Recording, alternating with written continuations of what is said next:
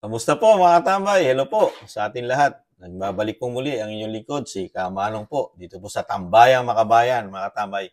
Ito po, komentuhan po natin mga tambay. Ito pong nagbabadya naman o ang problema ni Juan de la Cruz. Ito na naman po, talagang sa balita po, talagang magtataasan na naman po ang ating mga bilihin, lalo na, mga karne. At siyempre, nandiyan ang bigas, napakataas na. At isasabay pa ang kuryente, gasolina, pati ang toll ng nagdadaan po, lalo po yung gumagamit po ng South and North, tataas na po na naman ang singil po. Umpisahan po natin ang mga balita at komentuhan po natin mga tambay. Halos kalahating milyong bahay sa Metro Manila at kalapit probinsya ang nawalan ng kuryente kagabi matapos isailalim sa red alert ang Luzon grid. Dahil sa sunod-sunod na yellow at red alert, nagbabadya tuloy tumaas ang singil sa kuryente sa susunod na buwan. Nasa frontline ng balitang yan si Shaila Francisco. Todo paypay si Nanay Berna sa labas ng kanilang bahay sa Tondo, Manila. Brown out kasi sa kanilang lugar bandang alas 10 kagabi. Pero issue kasi mainit, bayad naman kami buwan-buwan, ba't ganon? Pati mga negosyo, apektado. Tulad na lang ng coffee shop na ito na Yan po mga tambay, narinig po natin. Problema sa kuryente, nagba-brownout pa, sa kabila ng mataas na singil at magtataas pa. Ito pa po isang balita. Fuel prices are seen to increase in the last week of May. Based on oil trading over the past 4 days, gasoline prices may hike by 45 to 65 centavos per liter, diesel by 35 to 55 centavos per liter, while kerosene prices could go up by 45 to 60 centavos per liter. Oil companies generally announce price adjustments every Monday, which take effect the following day. Ayan po mga tabay, yan naman po. Gasolina naman po yan, mga diesel, tataas din po. Ito pa po. Bahagyang tumaas ang presyo ng baboy sa ilang pamilihan sa Metro Manila kumpara nung nakaraang linggo. Batay sa pinakahuling price monitoring sa Department of Agriculture, hanggang 20 pesos ang itinaas ang kada kilo ng liempo mula sa 400 pesos nung nakaraang linggo. Hanggang 380 pesos naman ang presyo ngayon ng kada kilo ng kasim. Ayon sa grupong Pork Producers Federation of the Philippines, tumaas ang farm gate price dahil nagmahal din ang farm inputs. May mahigit 100 pesos di agwat sa presyo ng farm gate at retail price dahil sa gastos sa produksyon. Ayon sa grupo, hindi naman problema ang supply. Ayan mga tambay tataas din po ang mga karne at hindi naman daw po problema ang supply. Pero tataas mga tambay. Ito pa, isa. Marami po Ito naman po. Tingnan natin ito isa. May nakaambaring taas singil sa toll sa North Luzon Expressway o NLEX. Ayon sa Toll Regulatory Board, posibleng ipatupad ang ikalawang bugso ng toll hike simula Hunyo. Oras na ipatupad, madaragdagan ng 7 piso ang toll ng Class 1 vehicle sa open system ng NLEX. 17 pesos sa Class 2 at 19 pesos naman sa Class 3. Kaya magiging 76 hanggang 225 pesos na ang babayaran sa open system. Kung end-to-end o mula Balitawak hanggang Mabalak at exit naman, tataas yan ng 33 pesos sa Class 1, 81 pesos sa Class 2, at 98 pesos sa Class 3. Magiging 365 pesos hanggang mahigit 1,000 pesos na ang bagong toll rate. Bukod sa NLEX, posible ring magpatupad ng dagdag singil sa toll sa South Luzon Expressway o SLEX ngayong taon. Mula Alabang hanggang Calamba, 10 pesos hanggang 30 pesos ang posibleng taas singil. Habang sa mga daraan sa Calamba hanggang Santo Tomas, 4 pesos hanggang 8 pesos naman ang toll hike. Mga kapatid, Ayan, toll naman po. Yung mga biyahero natin, mga tambay, ang laki po na itataas. At ito naman po ang pahayag po ng Pangulo. Dito naman po sa bigas natin, mga tambay. Ito naman po ang hiling. Umaasa si Pangulong Ferdinand R. Marcos Jr. Nakasalalay sa kanyang ina ang pagka-Pilipino ni Pambanme. Ano yun po natin? Yan. Ulitin po natin, nawala. Si Pangulong Ferdinand R. Marcos Jr. na maamyandahan na ang Rice Tarification Law. Ayon sa Pangulo, isa sa layunin ng pagbabago sa rice tarification law ay para mapatatag ang presyo ng bigas. Nais ng Pangulo na matanggal ang probisyon na nagbabawal sa National Food Authority na makapag-import ng bigas na makatutulong anya para mapatatag ang presyo ng bigas sa bansa. Tuloy-tuloy rin ang research para sa mga binhi na matibay sa bagyo at pamamahagi ng mga makina at iba pang post-harvest facilities sa mga magsasaka. Yan po mga tambay. Ang mga problema ng ating bansa, mga tambay. Pati ang Pangulo, may request din po na talagang ripasuhin na o ibalik na, ang pag-aangkat po sa NFA, mga katambay. Alam naman natin, pagka NFA, meron po anomalya yan. Di umano, di ba? Di umano. May korupsyon. Nung nakaraan po sa NFA, daan-daang milyon po ang natuklasan po. Hindi po natin alam kung ano po nangyari doon sa mga empleyado na kinasuhan po ng DA sa anomalya po sa NFA. Ngayon po, gusto po ibalik ng Pangulo ang pag-aangkat po sa NFA at para ripasuhin yung sinasabing rice tarification law. At gusto ni Pangulong Marcos na mawala na at para daw makontrol ang presyo ng bilihin, lalo ang bigas. Pero noong panahon ni dating Pangulong Duterte, nakokontrol po ang presyo ng bigas kahit po hindi po binalik ang sinasabing pag-angkat sa NFA, mga katambay. Yan po ang nagiging problema po natin ngayon, lalo po ni Juan de la Cruz ng tayo po mga kababayan, lalo po ang maliliit po ang income, tayo po maapektuhan dito. Pagtaas ng kuryente, nakaamba, may brownout pa. Ano pa, gasolina, nakaamba rin mga tambay. Yung toll, nakaamba rin mga tambay, mga toll gate natin, na kilalaki rin po ang idinagdag.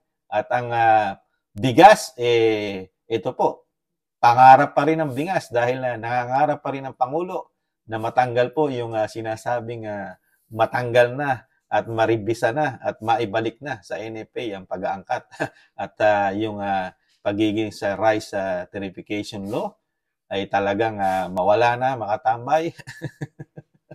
Kaya dadaanin mo na lang talaga sa ngiti at tawa ang problema ni Juan de la Cruz sa ating bansa.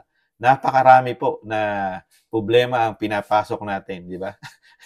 Yung toll, yung presyo ng baboy, mga meat, alam naman natin mga tambay, mga meat lover ang mga Pilipino, napakasarap po niya, lalo liempo, tataas, mga tambay. At ang fuel, kuryente, sa init ng panahon, itataas pa ang kuryente sa kabila ng nakakaranas tayo ng mga brownout, tataas pa rin mga katambay. Talagang ito na po ang sinasabing pagbabago ng ating bansa.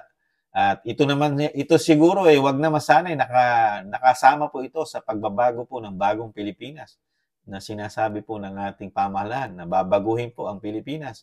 Ito po, sa tingin po ni Juan de la Cruz, nababago na nga po ang Pilipinas dahil po sa nagtataas ang mga bilihin natin at kung ano-ano pang itinataas ng ating gobyerno. At ang ating mga nasa business sector, mga tambay. Number 1, ang business sector. Dahil talaga sila halos may control niyan. At mismong pamahalaan na mismong kabigasan na lang natin, hindi pa rin makontrol. Mismong pamahalaan na kung tutusin, meron tayong budget na hinahawakan, lalo ang DA na ubod ng laki na talagang bilyon-bilyon sa loob lang ng 12 buwan. Pero umasa naman tayo sa ating kabigasan dahil nahandyan pa rin ang patuloy na pag-aaral ng administrasyon natin ng bagong Pilipinas na yung ating mga binhi ay matibay sa bagyo, mga tabay. Kailangan po sobrang tibay sa bagyo ang pinag-aaralang binhi ng ating pamahalaan. At ganoon din po sana pag-aralan din kasi hindi po nabanggit sa balita na pinag-aaralan din po ng pamahalaan, lalo ng DA, yung matibay din sa El Nino, sa init. Kailangan din po pag-aralan yan dahil pinag-aaralan po yung matibay, sa bagyo. Kaya po, mga katambay, talagang sisisihin natin yung mga sinasabi po ng balita na kaya hindi makontrol ang presyo ng bigas dahil yung sa rice tarification na yan, talagang yan ang sinisisi po natin ngayon. Dahil hindi po nila ibalik at ibigay sa NFA para po yung gusto ng Pangulo ng Pilipinas ay matupad na yung pangarap na 20 pesos di umano na kilo ng bigas. Pero meron po silang pahayag nung nakarang balita, di po ang bigas, dito papasok na buwan, di umano hanggang Agosto, pang sinasabi nila, na target nila na ipresyo, ibaba na 29 pesos. Kaya nga lang po, sa kadiwa lang po natin, di umano mabibili daw ang 29 pesos kung ito po ay matutupad, mga katambay. Kaya pipila po tayo sa kadiwa. Kaya mga katambay, talagang mga kababayan, maghihigpit na naman po tayo. Kung wala po tayong sintron na hihigpitan, talagang tali na lang po ang ihihigpit natin. Talagang doble hirap ang dadanasin po natin itong mga darating na araw at papasok na buwan at mga panahon pang lilipas, mga katambay. Dahil hindi na po ibababa at napakahirap na po magbaba. Pagka alam naman po natin ang realidad ng buhay at kahit lagyan mo ng logic yung mga katambay. Pagka tumaas na po yan, napakahirap na po ibaba. Lalo po ang mga negosyante sa ating bansa. Never po magbaba ng napakataas yan. Magbaba man po yan, kakarampot lang. Pero yung pagtaas, sunod-sunod po yan, mga katambay. Nakita po natin, kahit po ang kuryente, magbababa ng sentimo, pero mas malakas, mas mabilis, o mas madalas yung pagtaas. Ganon din ang gasolina. Magro-rollback ng kakaunti, pero mas mabilis, mas madalas ang pagtaas. Di ba? Ganon din ang tollgate natin. Ang tollgate, ang mga binabayaran natin toll sa mga karsada natin, mas mabilis ang pagtaas kaysa sa pagbaba. Di po ba? Ano pa? Kuryente. Di ba? At bilihin, mabilihin. Puro pataas ang pataas. Kaya nakakalungkot po, mga katambay. At ang nakikita po natin, ang solusyon po ng mga mambabatas natin. Di ba? Ano po solusyon? Yan. Ang solusyon po, West Philippine Sea, Gentleman Agreement. Di ba? Ano pa?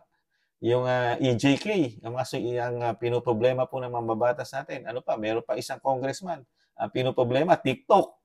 Tambay. At ano pa? Marami pa issue po na pinoproblema po ng mambabatas natin. Pero ito po, hindi natin nakikita, sinusolusyonan po at pinagtutulong-tulungan po ng Pangulo ng Pilipinas at Kongreso o Kamara at Senado. Paano nila susolusyonan ang pangunahing pangangailangan ni Juan de la Cruz. Ito po, sabay-sabay po ito. Ito po, ayon sa balita, napakarami po. Ipagsasabay-sabay na nila ang pagtaas ng pangangailangan ng mga Pilipino. Kuryente, bilihin, gasolina, bigas, pati tollgate. At ano pa kaya ang isusunod na itataas, mga katambay? Tubig. Tumaas na po yung nakaraan tubig, mga katambay. Di ba? Kaya, ngayon po, talagang gagawin na lang natin ngayon. Talagang magdoble kayod po tayo, mga katambay, sa ganito po amba ng pagtataas ng bilihin. Para lang makasurvive tayo, talagang diskarte po, at talagang tipid, at syempre, doble kayod po para makaraos tayo sa ating buhay, mga katambay. Yan lang po, mga katambay, ang komento ni Kamanong dito po sa nakakalungkot na balita na napakarami pong itataas na naman ang ating gobyerno at ang ating mga negosyante sa ating bansa. Kung meron po tayong mga comment, mga katambay, pwede po tayo mag-comment. At, kahit po hindi nyo nagustuhan ang inyong lingkod, ang komento, pwede rin nyo po i-comment. Wag lang po masasama at hindi maganda sa pandinig. Muli po, si Katambay Manong po, nag-iwan po na thank you sa nagusto po ng ating YouTube channel at TikTok na maliliit na channel natin, Tambayang Makabayan, komento ni Kamanong. Muli po, paalam, ingatan nawa, bye-bye!